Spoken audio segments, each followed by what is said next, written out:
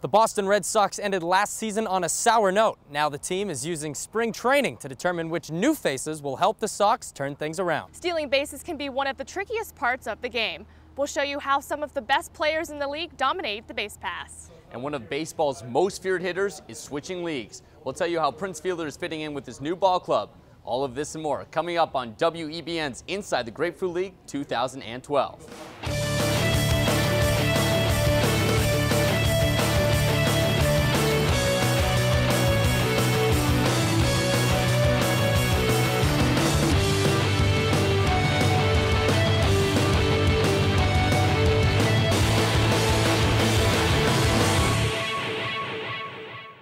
Hello and welcome to WEBN's Inside the Grapefruit League 2012. I'm Ben Bart. And I'm Lily Zhao. From here, McKechnie Field in Bradenton on the west coast to Melbourne on the east coast, WEBN is here in Florida to give you a unique look at Major League Baseball's spring training. Let's start in Fort Myers. Last year, the Red Sox missed out on the postseason after a historic September collapse. That collapse led to some major offseason changes. For more on Boston's recent moves, let's go to Ryan Fleiter at home plate. Boston brought in a new manager and made over a weak bullpen, but there are still two positions that need to be filled. WEBN's Marcus Garcia went to the brand new JetBlue Park to find out who will be rounding out the lineup come opening day. The Red Sox have a help wanted sign posted in the middle of the infield. That's because the team has traded Marco Scutaro and Jed Lowry. This leaves manager Bobby Valentine without a starting shortstop. The Red Sox brought in Nick Punto to compete for the starting job, but infielder Mike Aviles has submitted his application as well. I'm a very confident kid, and I think I can, fill that void. I pretty much come prepared to play every day and, go about my business that way. If that's the case and I'm playing every day, then that's going to be, I'm going to do the best job. Shortstop isn't the only position up for grabs for the Red Sox this season. There is also an open competition for right field between Ryan Sweeney and Cody Ross.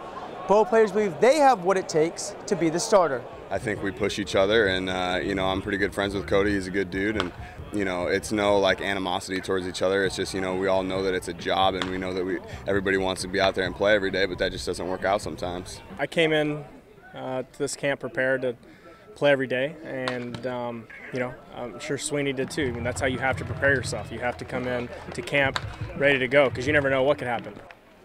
But guys like David Ortiz and Kevin Youkilis already know what will happen to them.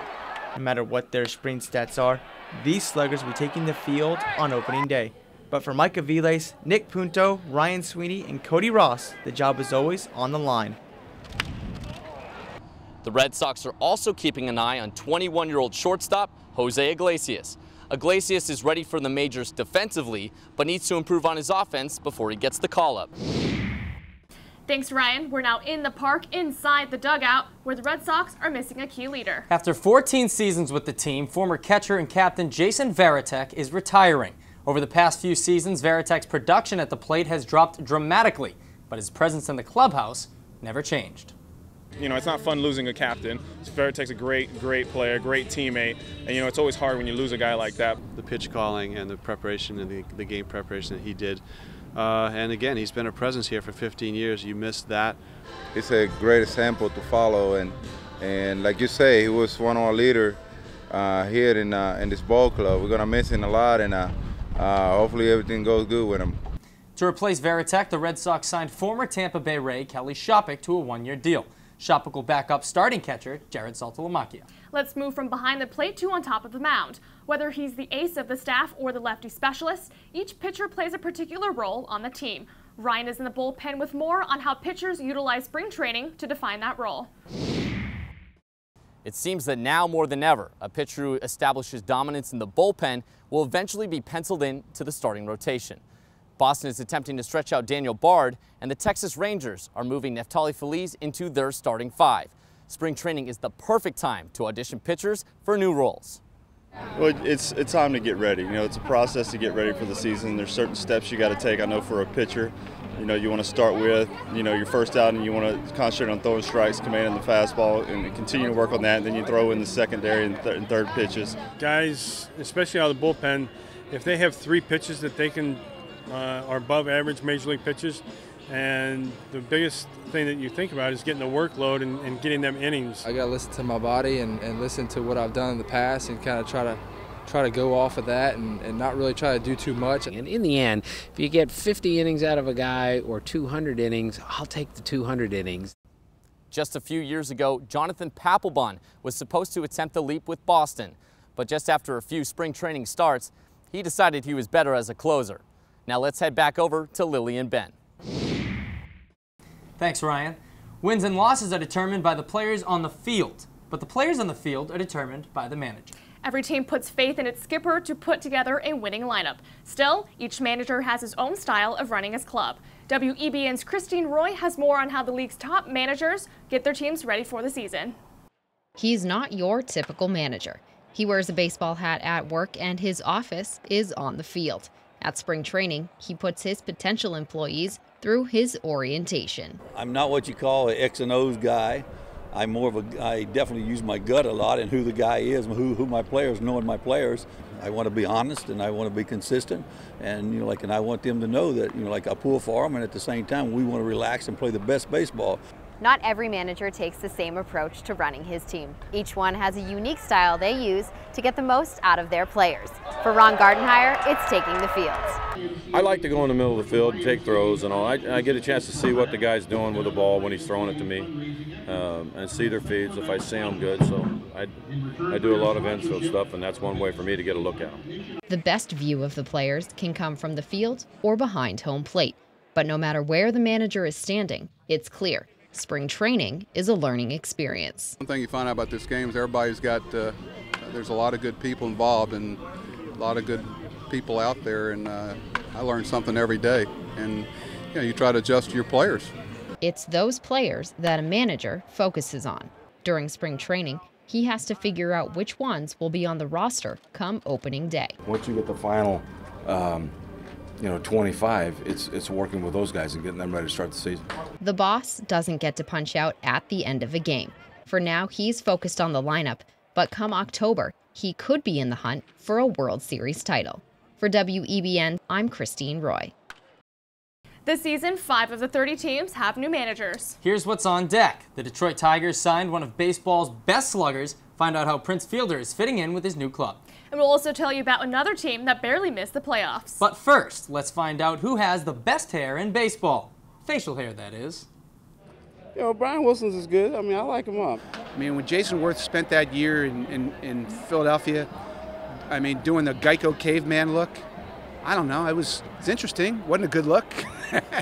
Just with the handlebars on the mustache, how can you forget Raleigh Fingers in the way that he would come in and more of an intimidator. Those two guys stand out to me mostly.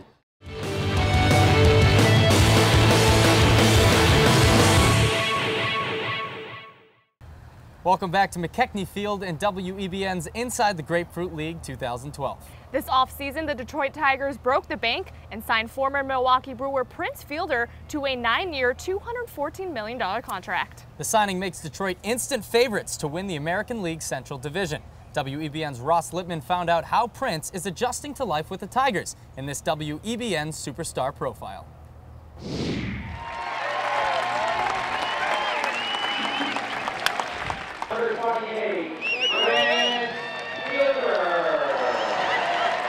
There's a new Prince in Detroit.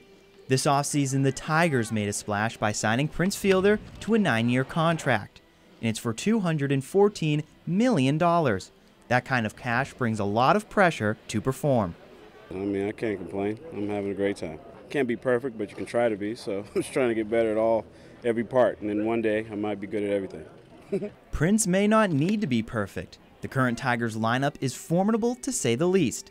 In addition to Fielder, the Tigers have all-stars in Miguel Cabrera, Alex Avila, and Brandon Inge. But it isn't just about what Fielder can do on the diamond. It's also about his approach to the game. He was somebody you could count on every day to be out there, and he wasn't just throwing his glove out there. He was out there 162 days, and he gave you everything he had every day, and I think that speaks volumes for arguably one of the best players in the game. And there's a great argument to be made for Prince. Last season, he was in the top 5 in all of baseball in home runs, RBIs, on-base percentage, and slugging. These numbers and his leadership can only be a positive for him and the Tigers. He was great to play with. He was a blast to watch, and I'm sure he's going to do big things in Detroit. The Detroit Tigers were just one game away from a World Series appearance last season. The addition of Fielder now puts only one thing on this team's mind: a World Series title. You don't, you wouldn't want people saying you have no chance of getting there. So yeah, I think that pressure comes with it, and it's actually good pressure because, if people expect you to win the World Series, you should expect it yourself. So I think we're just going to go out there and work hard and see what happens. The Tigers last won a World Series title in 1984. That's the 10th longest championship drought in all of baseball. Prince Fielder aims to change that. With the Tigers in Lakeland, Florida, I'm Ross Lippman for WEBN. Fielder's contract makes him the 6th highest paid player in all of baseball, but he still has to prove that he's worth the money. Prince was signed for his power, but many players earn money with their speed. I found out what tools are needed to create the art of the stolen base. Baseball is like a game of chess. Pitchers and catchers are watching for signs, any signs to prevent being robbed. Sometimes the third base coach will be down there pumping his hand to give the guy the green light at first, and then he's going to steal. So guys are always looking for stuff like that.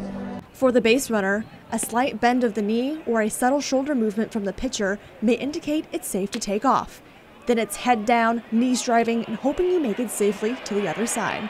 Oh, for me, it's get a good jump, be comfortable, be confident. Just trust your ability, trust your speed, and go from there. Phillies base running coach Sam Perlazzo says stealing bases isn't just about being fast. It takes skill and knowing when to strike. It's just being smart. We keep times, and we know our catches, and we know the release times, so we try to be smart and steal the bases when we can. To steal bases, you need discipline. If you jump too early, you get picked off. Go too late, and you'll get gunned down. You have to know who is behind the plate, the situation you're in, and what the count on the batter is, all before you take off. But that's if everything runs smoothly. So Philly shortstop Jimmy Rollins says the key is to just wing it. And sometimes you throw it out the window. You know what, the game and it's on the line and the situation calls for it. It seems baseball is getting back to the origins of the game, the athletes who know how to steal and get away with it. Atlanta's Michael Bourne led all major leaguers with 61 steals. Bourne wasn't the only Brave to have a stellar season. In fact, Atlanta won 89 games and missed the playoffs by just 1. Much like the Red Sox, the Braves are looking to move on. For the Atlanta Braves, the guys on the field are more than just teammates. I love them. I love them. No, this is family. I got asked last spring what was the most exciting thing I'm looking forward to about the upcoming season. It was just seeing the family again. Like most families, the Braves have had their fair share of ups and downs. Last season, the team's downfall was the constant injuries, and it cost Atlanta a playoff spot. You work hard as you want to in the offseason, and your season goes one way there, and you have all the confidence in the world. But once you get an injury, you can't really control it. But the main concern now is to stay healthy. But if I can stay healthy, I think everything will fall into place. But we had a great season last year. Unfortunately, we didn't like how it ended. It ended with the Braves losing the final 5 games of the season. It was a losing streak that allowed the St. Louis Cardinals to sneak into the playoffs and win the World Series. Still, the Braves are sticking with their strategy, keeping the game fun. When you're able to have fun, you're enjoying the camaraderie of your teammates. You're enjoying coming to the ballpark and hopefully winning that game. And obviously, that makes it a lot more fun and a lot more enjoyable. During the 90s and early 2000s, the Braves were one of the most dominant teams in all of baseball. During that time, Atlanta won 14 consecutive division titles. This year, the Braves look to start a brand new streak. During the 90s and early 2000s, the Braves were one of the best teams in all of baseball. That's when Atlanta won 14 consecutive division titles. This year, the Braves look to start a brand new streak. But winning the NL East won't be an easy task. For the past 5 years, the Philadelphia Phillies have been named division champions. This year, though, they will be without star slugger Ryan Howard. WEBN's Alex Yo explains which familiar face may be filling in. Jim Thome has come full circle. Almost a decade ago, Thome came to Philadelphia as a superstar in the prime of his career. Now he's a different player, but his reasons for coming back to Philly are very familiar. It's a wonderful place to play. They set the bar very high here, and to be a part of it again is kind of special. In the twilight of my career here, to be able to get a chance to win is really big. The five-time All-Star ranks 8th on the all-time home run list with 604 big flies, so offense is certainly Tome's strong suit. But manager Charlie Manuel says the 41-year-old's contributions won't just be on the playing field. If we can get Jimmy about 200 at-bats, and the fact that his intangible is the positive person that he is, and just the fact that we got him on our team means a lot to us. Guys coming to you and asking advice, opinion here and there about certain things. It might be about hitting, it might be about anything. As a veteran, it's important to make people feel comfortable that they can do that. In a recent Sports Illustrated poll taken by nearly 300 major leaguers, Tome was voted the nicest player in baseball. Accolades and all, Jim Tome is just one of the good guys. He's a big old teddy bear, you know, but he swings a big bat. But as a teammate, he's great. He sits in the clubhouse, he encourages everyone, and he just wants to win. He's won several awards that recognize his integrity and good sportsmanship, including the prestigious Roberto Clemente Award. Tome says his career has always been about being a good teammate. You really cherish your teammates because your teammates are your brothers, and they were in the grind with you, and they went through all the battles with you. So to have them say that, that's probably one of the greatest compliments I think any player could get. This Phillies team gives Tome the chance to put one more thing on his long and impressive resume, a World Series title. And if his popularity with coaches, teammates, and fans is any indication, there isn't a man more deserving of a championship ring. At Phillies camp in Clearwater, I'm Alex Yo. Last season, the Phillies got limited power production from their bench. Once Howard makes his return to the starting lineup, Tome should help those numbers climb. The Phillies aren't the only ones making moves. In fact, this season, the entire MLB will undergo a drastic change. Ryan is in the press box with the latest news on America's pastime. The Red Sox and Braves are wishing Bud Selig had been 1 year quicker with his latest addition. This year, Selig announced an extra wildcard team from each league will be sent to the postseason. The two wildcard winners will face off in a one-game playoff, with the winner advancing to the League Division Series. The fans seem to support the decision, but players and coaches have mixed feelings. If anything, it shows the importance of having to win your division, so you don't have to worry about the wild card. You know, we all confuse change with lack of respect for tradition, but that's not the case. But my bottom line, if someone says, here's a poll that says 85% of the fans want it, let's do it. I think they can even add more, you know, have two teams fight. I don't know. I mean, it seems like it's going to bring more excitement to the game. The winners of the one-game playoff will then go on to face the team with the league's best record. This is the first playoff expansion in 17 years. Let's now go back to Lily and Ben in the grandstands. Thanks, Ryan. When we come back, we'll take a look at one of the best young shortstops in the game. And the Pirates, that's right, the Pirates shelled out the cash to keep their best player in Pittsburgh. But first, let's take a look at what these players would be doing if they weren't playing ball. I was a janitor. That was just something to do. I don't know. It was. I know one thing, when I get out of the game, I look forward to coaching my kids or being there with my kids for a long time and watching them grow up. I think that's something I look forward to as I get close to ending my career here. Having a dad being in baseball, you know, I grew up, you know, not only thinking I was going to be a baseball player, so I don't know. That's a tough question.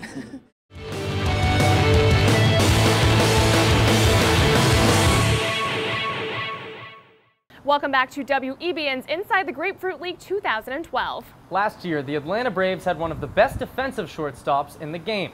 Although he didn't impress with the bat, Alex Gonzalez posted his usual stellar fielding percentage. This year, Gonzalez will be playing with the Milwaukee Brewers, which leaves the Brave shortstop position open for 21-year-old Tyler Pasternicki. Ross Lippman has a story on how the young infielder is the right man for the job in this WEBN Prospect Profile.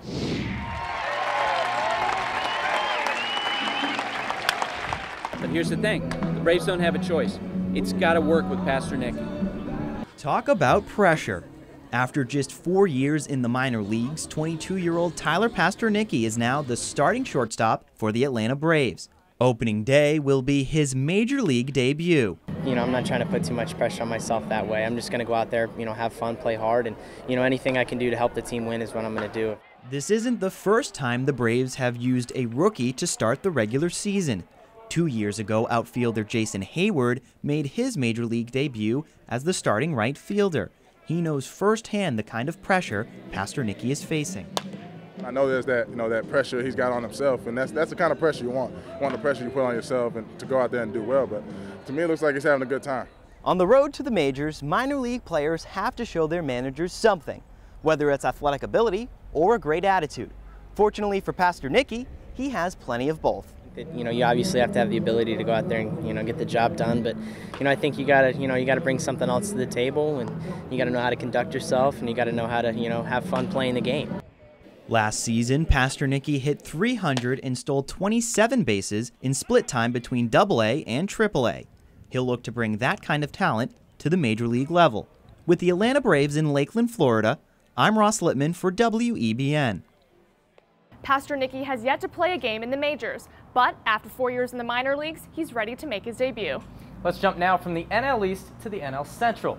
The Pittsburgh Pirates haven't had a winning season in almost 2 decades.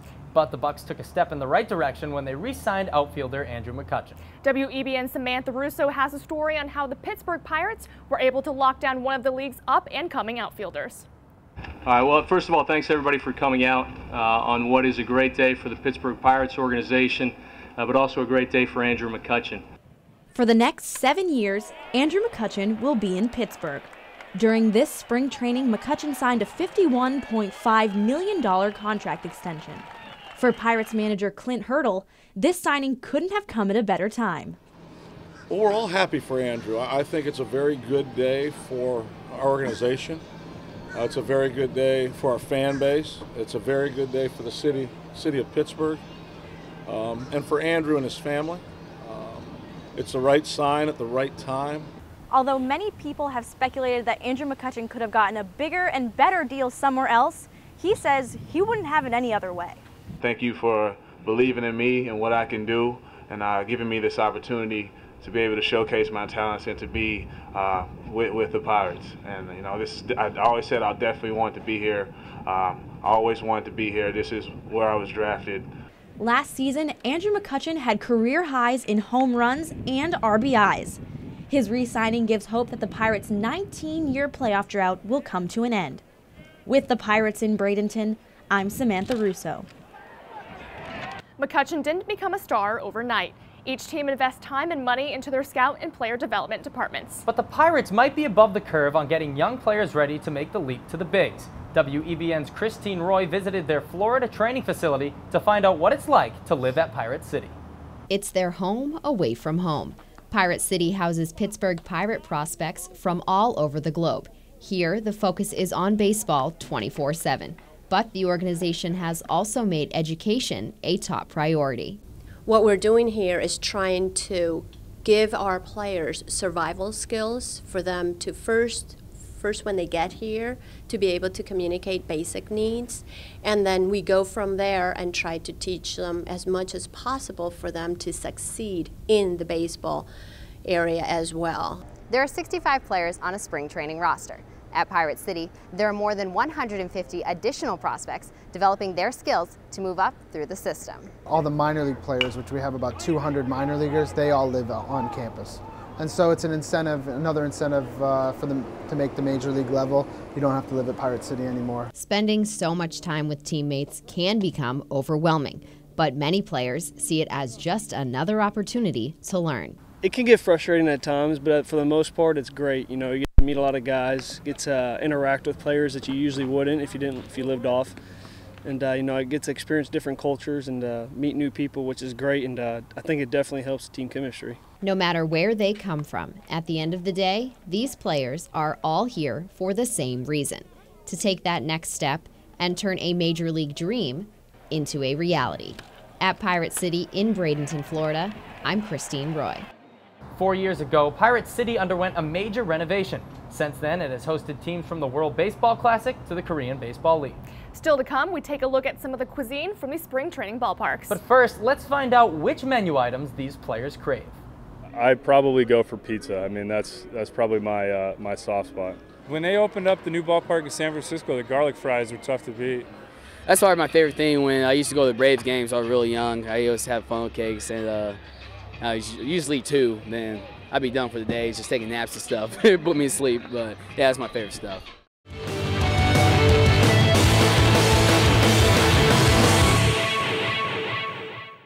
Welcome back to WEBN's Inside the Grapefruit League 2012. Ryan Fleiterer now joins us on the concourse, which during a baseball game is filled with thousands of fans. And with thousands of fans come thousands of empty stomachs. Samantha Russo gives us the inside scoop on how vendors keep those hungry fans happy. A baseball game is an experience. Going to the ballpark is all about the sights, sounds, and the food. Food and baseball, I mean, they go hand in hand. You know, hot dogs, peanuts, popcorn, Cracker Jacks, that's a baseball game. And it can make or break your day at the ballpark. $6 for a hot dog and $4 for a drink. A trip to the ballpark can be expensive, but during spring training, concessions are about more than just the dollar signs. The great thing about spring training is that, and I tell this to everybody I see, is nobody remembers the score. You know, you remember what happened. You remember your hot dog. You remember that footlong you got for the first time. You remember the, you know, that atmosphere you had with those people, you know, those couple beers, etc. So it's just really great. It's one of the few sports that I think really ties in the food, the atmosphere, the sunshine that we have here in Florida. So they all go hand in hand and make for one heck of a great experience. In Bradenton, I'm Samantha Russo. Vendors all over the country have made ballpark fare an important part of the baseball tradition. Fans come out to hear the crack of the bat, smell the grass, and catch a foul ball. But all of this is possible because of one job that often goes overlooked. That's right, Ben. You never hear fans or reporters talk about how efficiently the bats were transported. Regardless, it's up to the team equipment managers to get the means of play from point A to point B. It's definitely not very glamorous. Equipment managers don't have it easy. They're in charge of making sure that everything is in order. And when the team hits the road, they have an even longer to-do list. When a road trip comes up, we have a helmet bag and we go grab everyone's helmet. We grab all the BP hats. We have all the extra equipment that we bring with in case anyone needs a new t-shirt or something. It isn't just the big league equipment staffs that are hard at work. Over at the Pittsburgh Pirates minor league training facility, the staff doesn't worry about just one team's equipment. It's Pittsburgh, it's Altoona, Indiana, in Indianapolis, Bradenton, Dominican, West Virginia. So it's kind of like a big warehouse here. It's difficult because you have almost 300 people you've got to accommodate. Scott Barnes and Pat Haggerty have been accommodating players and coaches at Pirate City for years. They're the first ones into work and usually the last to leave. We set up the fields for early work, which usually begins about 7 o'clock in the morning. And that includes setting up all 7 fields with all the equipment, balls, bats, whatever we need. Haggerty and his team not only set up the field, they're also responsible for cleaning it up. And it's not just bats and balls, they're also in charge of cleaning cleats and washing uniforms. You're constantly, doing something every hour of the day, it seems. Oftentimes, it's restocking baseballs. Well, in spring training, I use approximately 800 dozen baseballs for the whole spring training. That's nearly 10,000 baseballs. It's a good thing the equipment managers don't have to clean them all up at once. Equipment managers may not get the big paychecks or the same appreciation that players and coaches do, but they certainly deserve lots of praise. We've shown you everything from the players on the field to the vendors on the concourse. Spring training is a time for everyone in baseball to prepare for the grueling season that lies ahead. As we leave you, take a look and listen at some of the most recognizable sights and sounds from the ballpark.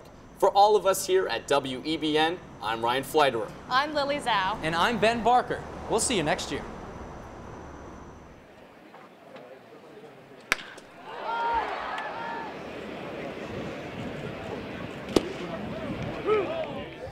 Woo!